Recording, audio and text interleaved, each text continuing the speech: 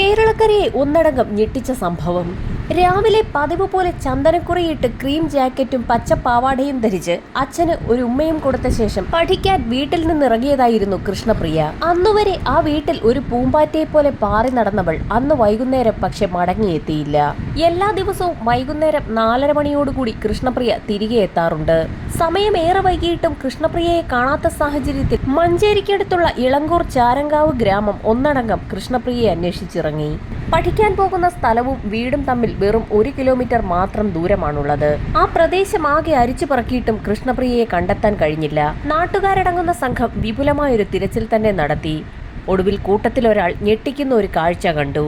തിരച്ചിലിനൊടുവിൽ നടവഴിയിലെ വരമ്പിനപ്പുറമുള്ള പൊന്തക്കാട്ടിൽ മലർന്നു കിടക്കുന്ന നിലയിൽ രക്തത്തിൽ കുളിച്ചു കിടക്കുന്ന കൃഷ്ണപ്രിയ. ഒരു നോട്ടം മാത്രമേ നോക്കാൻ കഴിഞ്ഞുള്ളൂ. ഒരു നാടിന് മുഴുവൻ പ്രിയപ്പെട്ടവളായിരുന്നവൾ ജീവനറ്റ് കിടക്കുന്ന കാഴ്ച കണ്ടുകൊണ്ട് പലരും നിലവിളിച്ചു കരഞ്ഞു. പിന്നീട് നടന്ന സംഭവങ്ങൾ കണ്ടും കേട്ടും കേരളം ഒന്നടങ്കം ഞെട്ടിവിറച്ചു. കൃഷ്ണപ്രിയ അതിക്രൂരമായി കൊല്ലപ്പെട്ട് കിടക്കുന്ന വിവരം ചില ആളുകൾ ഉടൻ തന്നെ സ്റ്റേഷനിൽ വിളിച്ചറിയിച്ചു. സംഭവം അറിഞ്ഞ SI സംഘവും അവിടേക്കെത്തി. ഒറ്റ നോട്ടത്തിൽ തന്നെ പോലീസിന് കാര്യം വ്യക്തമായി. SIയുടെ നിർദ്ദേശപ്രകാരം ഫോറൻസിക് സംഘവും സംഭവസ്ഥലത്തേക്ക് എത്തി. വിശദമായ പരിശോധനകൾക്കൊടുവിൽ അതിക്രൂര പീഡനത്തിനിരയായാണ് കൃഷ്ണപ്രിയ കൊല്ലപ്പെട്ടതെന്ന് വ്യക്തമായി. കൃഷ്ണപ്രിയയുടെ ശരീരത്തിലുണ്ടായിരുന്ന ആഭരണങ്ങൾ കാണാനില്ല എന്ന് ബന്ധുക്കൾ മൊഴി നൽകി. വീട്ടുകാരെയും ബന്ധുക്കളെയും നാട്ടുകാരെയും ഒക്കെ പോലീസ് വിശദമായി ചോദ്യം ചെയ്തു. കൃഷ്ണപ്രിയയുടെ പിതാവ് ആകെ മരവിച്ച അവസ്ഥയിലായിരുന്നു. അതുകൊണ്ട് തന്നെ നാട്ടുകാരിൽ ചിലരാണ് മുൻകൈയെടുത്ത് എല്ലാ കാര്യങ്ങളും പോലീസിനെ അറിയിച്ചത്. എത്രയും പെട്ടെന്ന് തന്നെ പ്രതികളെ കണ്ടെത്തണമെന്ന് തിരച്ചിലിന് നേതൃത്വം കൊടുക്കുകയും എല്ലാ കാര്യങ്ങൾക്കും മുൻപിൽ നിൽക്കുകയും ചെയ്തിരുന്ന കുന്നമ്മേൽ മുഹമ്മദ് കോയ എന്ന വ്യക്തി നാട്ടുകാരെ പ്രതിനിധീകരിച്ച് പോലീസിന് പരാതിയും നൽകി. കൃഷ്ണപ്രിയ വരുന്നതും പോകുന്നതുമൊക്കെ അറിയാവുന്ന ഏതോ നാട്ടുകാരൻ തന്നെ ആയിരിക്കാം പ്രതിയെന്ന് പോലീസ് പ്രാഥമിക നിഗമനത്തിലെത്തി. നാട്ടിലുള്ള ആളുകളെയൊക്കെ കേന്ദ്രീകരിച്ച് പോലീസ് അന്വേഷണം നടത്തുകയും ആ നാട്ടിലുള്ള ഏതെങ്കിലും ആളുകളുടെ പേരിൽ ഇത്തരത്തിലുള്ള കേസുകൾ നേരത്തെ റിപ്പോർട്ട് ചെയ്തിട്ടുണ്ടോ എന്നുള്ള കാര്യവും പോലീസ് വിശദമായി ഒന്ന് പരിശോധിച്ചു. അപ്പോഴാണ് ഞെട്ടിക്കുന്ന ഒരു റിപ്പോർട്ട് പോലീസിന്റെ കണ്ണിൽപ്പെടുന്നത്. സ്ത്രീകളെ ഉപദ്രവിച്ചതിനും സ്ത്രീകളുടെ കുളിക്കടവിൽ സ്ഥിരമായി ഒളിച്ചു നോക്കുകയും ചെയ്തതിന്റെ പേരിൽ നിരവധി പരാതികൾ രജിസ്റ്റർ ചെയ്ത ഒരു വ്യക്തിയുടെ പേരായിരുന്നു പോലീസിന്റെ കണ്ണിൽപ്പെട്ടത്. സാക്ഷാൽ കുന്നുമേൽ മുഹമ്മദ് കോയ. ഒരു ഞെട്ടലോടുകൂടിയാണ് പോലീസ് അത് മനസ്സിലാക്കിയത്. അയാളെക്കുറിച്ച് അന്വേഷിച്ചപ്പോൾ അയാൾ സ്ഥലം വിട്ടു എന്നുള്ള വാർത്തയാണ് പോലീസിന് കിട്ടിയത്. കൃഷ്ണപ്രിയയുടെ അച്ഛൻ ശങ്കരനാരായണൻ ഉൾപ്പെടെ ചാരങ്കാവ് ഗ്രാമം മുഴുവൻ തിരച്ചിൽ നടത്തുമ്പോൾ അവർക്കൊപ്പം തിരച്ചിലിന് നേതൃത്വം വഹിക്കുകയും മുൻപന്തിയിൽ നിലകൊള്ളുകയും ചെയ്തിരുന്ന കുന്നുമേൽ മുഹമ്മദ് കോയയെ ആർക്കും തന്നെ സംശയമുണ്ടായിരുന്നില്ല. സ്ഥിരം കാണുന്നയാൾ, ശങ്കരനാരായണനെയും കുടുംബത്തെയും നന്നായി അറിയുന്ന ഒരാൾ. കൃഷ്ണപ്രിയയെ തിരയുന്നതിനിടയിൽ മുഹമ്മദ് കോയയുടെ സംശയാസ്പദമായ ആവേശം പക്ഷെ പോലീസ് നോട്ടമിട്ടിരുന്നു. സംഭവത്തിന് ശേഷം മുഹമ്മദ് കോയ നാട്ടിൽ നിന്ന് മുങ്ങിയതോടുകൂടി പ്രതി ഇയാളെന്ന് തന്നെ പോലീസ് ഉറപ്പിക്കുകയും ചെയ്തു. സംശയം തോന്നിയതിന് പിന്നാലെ അയാളെ പോലീസ് സംഘം അറസ്റ്റ് ചെയ്തു. പോലീസുകാർ എത്ര ചോദിച്ചിട്ടും തനിക്കൊന്നും അറിയില്ല എന്ന മൊഴിയിൽ തന്നെ മുഹമ്മദ് കോയ ഉറച്ചു നിന്നു. പോലീസിന്റെ കർക്കശമായ ചോദ്യം ചെയ്യലുകൾക്കൊടുവിൽ അയാൾ പലതും പറഞ്ഞു തുടങ്ങി.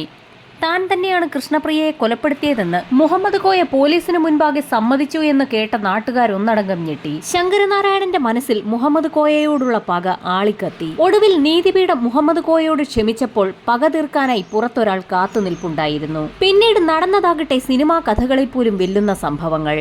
കേസിൽ ജാമ്യം നേടി മുഹമ്മദ് കോയ പുറത്തിറങ്ങി. സ്വർണം കൈവശപ്പെടുത്താൻ കൊലപ്പെടുത്തിയതാണെന്നും അതിക്രൂര പീഡനത്തിന് കൃഷ്ണപ്രിയയെ ഇരയാക്കിയെന്നും പ്രതി തന്നെ സമ്മതിച്ചിട്ടും ശിക്ഷ കൊടുക്കാൻ കഴിയാത്ത നിയമവ്യവസ്ഥയെ ശങ്കരനാരായണൻ എന്ന അച്ഛൻ പഴിച്ചില്ല. ആ വിധിയെ പഴിച്ചില്ല. പകരം ജാമ്യത്തിൽ പുറത്തിറങ്ങിയ മുഹമ്മദ് കോയയുമായി ശങ്കരനാരായണൻ ചങ്ങാത്തം കൂടി. ഇത് കണ്ട് ശങ്കരനാരായണന് കിറുക്കാണെന്ന് പോലും നാട്ടുകാർ പറഞ്ഞു. എന്തിനേറെ മുഹമ്മദ് കോയ നിരപരാധിയാണെന്ന് പോലും ആ അച്ഛൻ പറഞ്ഞു. മുഹമ്മദ് കോയയുടെ തോളിൽ കൈയിട്ട് തോളോട് തോളുരുമി നടക്കുന്നത് കണ്ട ശങ്കരനാരായണനെ നാട്ടുകാർ പലതും പറഞ്ഞു പഴിച്ചു. പക്ഷെ ആ അച്ഛൻ തന്റെ ലക്ഷ്യപൂർത്തീകരണത്തിലേക്ക് വഴിവെട്ടുകയായിരുന്നു. 2002 ജൂൺ മാസത്തിലായിരുന്നു മുഹമ്മദ് കോയയെ കാണാനില്ല എന്ന് കാണിച്ച് അയാളുടെ സഹോദരൻ അബ്ദുൽ അസീസ് പോലീസ് സ്റ്റേഷനിലെത്തി ഒരു പരാതി നൽകുന്നത്. പരാതി ഫയലിൽ സ്വീകരിച്ച പോലീസ് സംഘം മുഹമ്മദ് കോയയ്ക്ക് വേണ്ടി നാടാകെ തിരച്ചിൽ നടത്തി. കുറെ ദിവസത്തെ തിരച്ചിലിനൊടുവിൽ മുഹമ്മദ് കോയയുടെ ഒരാഴ്ച പഴക്കമുള്ള മൃതദേഹം പ്ലാസ്റ്റിക് ചാക്കിൽ കെട്ടിയ നിലയിൽ ശങ്കരനാരായണന്റെ പൂവഞ്ചേരി തെക്കേ വീടിന് സമീപമുള്ള ഉപയോഗശൂന്യമായ ഒരു കിണറ്റിൽ നിന്നും കണ്ടെത്തി. വീടിരിക്കുന്നിടത്തു നിന്നും ഏകദേശം 20 മീറ്റർ മാത്രം ദൂരെയുള്ള കിണറ്റിൽ നിന്നാണ് മൃതദേഹം കണ്ടെത്തിയത്. അക്കാലത്ത് ചാരങ്കാവിൽ ചാരായം സുലഭമായി ലഭിച്ചിരുന്നു. കൃത്യം നടത്താൻ വീര്യം കൂടിയ ചാരായം തന്നെ സുഹൃത്തുക്കൾ മുഖാന്തരം ശങ്കരനാരായണൻ വാങ്ങി കരുതി വെച്ചിരുന്നു. ശങ്കരനാരായണനും മുഹമ്മദ് കോയയും ഒരുമിച്ചിരുന്ന് മദ്യപിക്കുന്നത് പതിവായിരുന്നു. മദ്യപിക്കുകയും തമാശകൾ പറയുകയും തോളിൽ കൈയിട്ട് നടക്കുകയും ചെയ്യും. വീര്യം കൂടിയ ചാരായം കരുതി വെച്ച ശേഷം അങ്ങനെയിരിക്കെ ഒരു ദിവസം ശങ്കരനാരായണൻ മുഹമ്മദ് കോയയെ വിളിച്ചു വരുത്തി. മദ്യ സൽക്കാരത്തിലേക്ക് ക്ഷണിക്കുന്നതിനായി നാട്ടുകാരായ അനിമോനും നാരായണനും കൂടി മുഹമ്മദ് കോയയെ ചെന്ന് വിളിച്ചപ്പോൾ യാതൊരു സംശയവും കൂടാതെ തന്നെ അയാൾ വീട്ടിൽ നിന്ന് ഇറങ്ങിപ്പോരുകയും ചെയ്തു. വീര്യം കൂടിയ ചാരായം ഉള്ളിൽ ചെന്നതോടുകൂടി മുഹമ്മദ് കോയ മയങ്ങിപ്പോയി. SDPL തോക്കുപയോഗിച്ച് 2 തവണ നിറയൊഴിച്ചാണ് ശങ്കരനാരായണൻ മകളുടെ ഘാതകനോടുള്ള പ്രതികാരം തീർത്തത്. തനിക്കൊപ്പം കൃത്യം നടത്താൻ കൂട്ടുനിന്ന അനിമോനും നാരായണനും തക്കതായ പ്രതിഫലവും ശങ്കരനാരായണൻ നൽകി. ചെറുവണ്ണൂർ വിഷ്ണു ക്ഷേത്രത്തിന് പിന്നിലെ ആളൊഴിഞ്ഞ പറമ്പിലേക്ക് മദ്യപിക്കാൻ മുഹമ്മദ് കോയയെ എത്തിക്കുക എന്നുള്ള നിർദ്ദേശമായിരുന്നു നാരായണനും അനിമോനും ശങ്കരനാരായണൻ നൽകിയത്. ഇതനുസരിച്ച് അവർ അമ്പലപ്പറമ്പിൽ ഒത്തുകൂടുന്നു. അമിതമായ അളവിൽ മദ്യപിച്ചതോടുകൂടി മുഹമ്മദ് കോയ അവശനായി എന്നുറപ്പാക്കിയതോടുകൂടി ശങ്കരനാരായണൻ അവിടെ നിന്നും തന്റെ വീട്ടിലേക്ക് പോയി.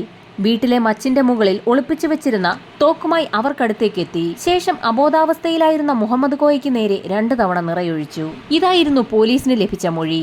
മദ്യപിച്ച് ലക്കുകെട്ട് കിടന്ന മുഹമ്മദ് കോയയുടെ വലത്തെ നെഞ്ചുഭാഗത്തേക്കാണ് ആദ്യം നിറയൊഴിച്ചത്. അയാൾക്ക് മരണം സംഭവിച്ചിട്ടില്ല എന്ന് മനസ്സിലാക്കിയ ശങ്കരനാരായണൻ അയാളുടെ ഇടത്തെ ഇടുപ്പിന്റെ ഭാഗത്തും വെടിവെച്ചു. മുഹമ്മദ് കോയയുടെ മരണം ഉറപ്പാക്കിയ ശേഷം ആ മൂവർ സംഘം അയാളുടെ മൃതദേഹം ഒരു പ്ലാസ്റ്റിക് ചാക്കിനുള്ളിലേക്ക് കയറ്റി. അതിന്റെ മൂടി കെട്ടിയതിനു ശേഷം സമീപത്തുണ്ടായിരുന്ന ഉപയോഗശൂന്യമായ കിണറ്റിലിട്ട് മറവ് ചെയ്യുകയും ചെയ്തു. അതിനുശേഷം കൃത്യം നടത്തിയ സ്ഥലം മുഴുവൻ ചാണകവെള്ളം ഒഴിച്ച് വൃത്തിയാക്കി. 2002 ജൂലൈ 2-ന് മുഹമ്മദ് കോയയുടെ മരണവുമായി ബന്ധപ്പെട്ട് ചോദ്യം ചെയ്യുന്നതിനായി ശങ്കരനാരായണനെ പോലീസ് മഞ്ചേരി സ്റ്റേഷനിലേക്ക് വിളിപ്പിച്ചു. എന്നാൽ അറസ്റ്റ് മുൻകൂട്ടി കണ്ട ശങ്കരനാരായണൻ ഒളിവിൽ പോയി. ശങ്കരനാരായണൻ ഒളിവിൽ പോയതോടുകൂടി അദ്ദേഹത്തിന്റെ മൂത്ത മകൻ ശിവപ്രസാദിനെ പോലീസ് കസ്റ്റഡിയിലെടുക്കുകയും ചോദ്യം ചെയ്യുകയും ചെയ്തു. ഇക്കാര്യം അറിഞ്ഞ ശങ്കരനാരായണൻ തന്റെ ഭാര്യയും മക്കളെയും ഉപദ്രവിക്കരുതെന്നും സ്റ്റേഷനിൽ കീഴടങ്ങാമെന്നും അറിയിക്കുകയായിരുന്നു.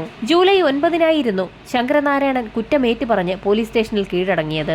കോടതി കുറ്റവിമുക്തനാക്കി വെറുതെ വിട്ടയാളെ എന്തിനായിരുന്നു കൊലപ്പെടുത്തിയതെന്നുള്ള പോലീസിന്റെ ചോദ്യത്തിന് കൃത്യമായ മറുപടിയാണ് ശങ്കരനാരായണൻ പറഞ്ഞത്.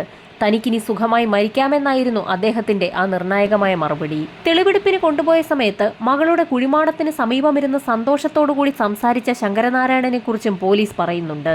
മകളുടെ ഘാതകനെ കൊലപ്പെടുത്തിയ ശങ്കരനാരായണനെ പോലീസ് കസ്റ്റഡിയിലെടുത്തതോടുകൂടി കേരളത്തിലെ വിവിധ ജില്ലകളിൽ നിന്നും നിരവധി സ്ത്രീകളാണ് പോലീസ് സ്റ്റേഷനിലേക്ക് വിളിച്ചത്. ആ അച്ഛനെ ഒന്നും ചെയ്യരുതെന്നും വെറുതെ വിടണമെന്നുമായിരുന്നു ആ സ്ത്രീകളുടെയൊക്കെ അഭ്യർത്ഥന.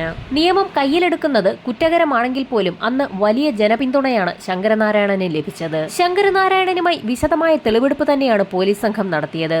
അന്വേഷണം പൂർത്തിയാക്കി കുറ്റപത്രം കോടതിയിൽ സമർപ്പിച്ചപ്പോൾ മഞ്ചേരി സെഷൻസ് കോടതി ശങ്കരനാരായണന് ജീവപര്യന്തം തടവ് ശിക്ഷയാണ് വിധിച്ചത്. ശിക്ഷ വിധിച്ച് ശങ്കരനാരായണനെ സെൻട്രൽ ജയിലിൽ അടച്ചെങ്കിലും തെളിവുകളുടെ അഭാവത്തിൽ പിന്നീട് അദ്ദേഹത്തെ കോടതി വെറുതെ വിട്ടു. അപ്പോഴേക്കും ശാരീരികമായും മാനസികമായും അദ്ദേഹം തളർന്നു പോയിരുന്നു. നീട്ടി വളർത്തിയ മുടിയും താടിയും ഒക്കെ വീട്ടിലെത്തിയാണ് ശങ്കരനാരായണൻ വെട്ടിയൊതുക്കിയത്. അതൊരു പക്ഷേ തന്റെ പൊന്നുമോൾക്ക് ആ അച്ഛൻ കൊടുത്ത അവസാന വാക്കായിരിക്കാം. കേരളക്കരെ ഒന്നാകെ നെഞ്ചിലേറ്റിയ ശങ്കരനാരായണൻ എന്ന സ്നേഹനിധിയായ അച്ഛൻ ഇപ്പോൾ വിട വാങ്ങിയിരിക്കുകയാണ്.